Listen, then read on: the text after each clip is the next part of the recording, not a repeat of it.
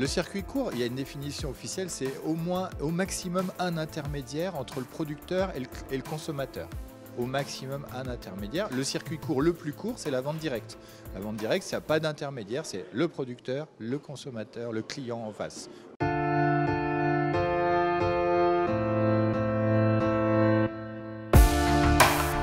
Il y a plusieurs types de circuits courts. La vente directe est un des types de circuits courts.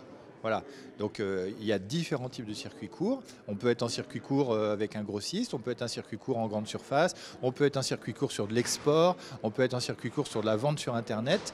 Par contre, quand on est en vente directe, on est en direct. Donc la vente directe, c'est le circuit court le plus court.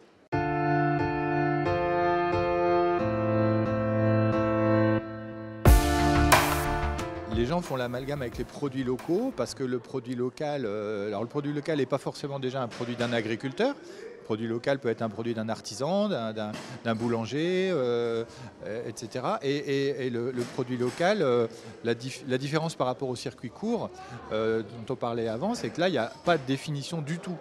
Donc le produit local, il est a priori du point de vue de celui qui achète, c'est-à-dire c'est plutôt une définition d'une distance ou d'une proximité par rapport à celui qui achète. Et après, cette notion de distance, elle est définie nulle part. Donc elle est très subjective et relative par rapport aux personnes qui l'aperçoivent. Donc c'est la difficulté. Et on peut être en local sans être en vente directe. Voilà. Mais c'est vrai qu'il y a un amalgame. Il y a aussi un autre amalgame souvent entre le local et le bio. Il y a beaucoup de consommateurs qui considèrent qu'un produit bio, il est forcément local. Un produit local, il est forcément bio. Un passage de caisse.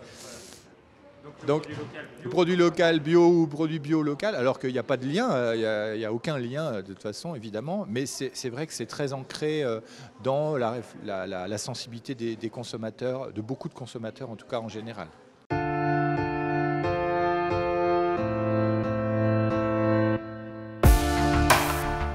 Les gens, ils vont dire mon producteur, mon maraîcher, mais ils vont dire aussi mon boucher, mon boulanger, hein, l'artisan du quartier. J'ai mon boucher, mais j'ai aussi, voilà. Alors sur les marchés, par exemple, il y a un fort développement ou un fort engouement sur la vente sur les marchés. On a parlé beaucoup dans l'émission là de la vente à la ferme ou dans les magasins de producteurs. Mais la vente sur les marchés, c'est très fortement développé depuis un an. On voit le nombre de producteurs sur les marchés et les gens qui font les queues sur les marchés pour acheter des fruits, légumes, du maraîchage ou du fromage ou du miel, etc. Bon. Donc il y a un fort engouement. Et l'analyse qui peut être faite, c'est qu'il y a un fort engouement parce que aussi les gens, depuis un an, déjà se sont un peu posé des questions par rapport à leur alimentation, et puis aussi parce que les gens ont redécouvert aussi de faire à manger eux-mêmes.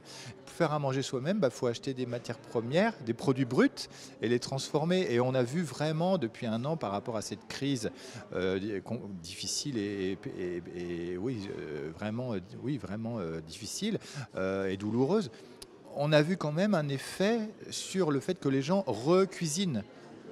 Et du coup, pour cuisiner, si on a un marché pas loin de chez soi ou un producteur, tiens, je vais aller acheter. Alors l'autre élément important, c'est qu'il y a eu quand même aussi une appréhension d'aller dans les grandes surfaces, hein, parce que dans les grandes surfaces, il y a une concentration de gens, alors même avec le masque, etc. Bon, sur un marché, on est dehors, ou chez le producteur, on est moins nombreux. Donc il y a eu cet effet vraiment fort de transfert des volumes d'achat, des quantités. Les gens n'ont pas acheté plus, hein, les gens ne mangent pas plus, mais il y a eu un transfert vers des circuits où les gens se sentaient plus tranquilles en fait, par rapport à la grande surface. La question, c'est comment on va faire pour capitaliser là-dessus et essayer de garder cette dynamique, et c'est pas évident du tout.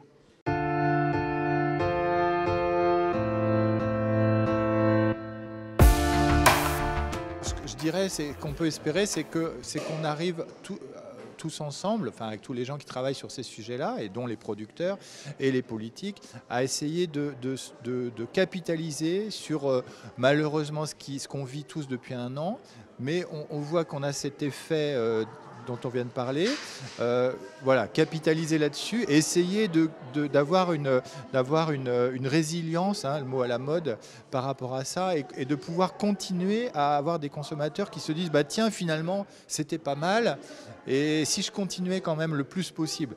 Il y a beaucoup de gens qui déclarent oui, moi j'ai envie de, mais maintenant il faut qu'ils le fassent réellement. Donc ça, spontanément, on sait que les gens ne vont pas tous le faire. Donc il faut trouver des solutions, des systèmes, des mécanismes, de la communication, de la sensibilisation pour encourager les gens à continuer, les consommateurs à continuer à se tourner vers ces circuits commerciaux.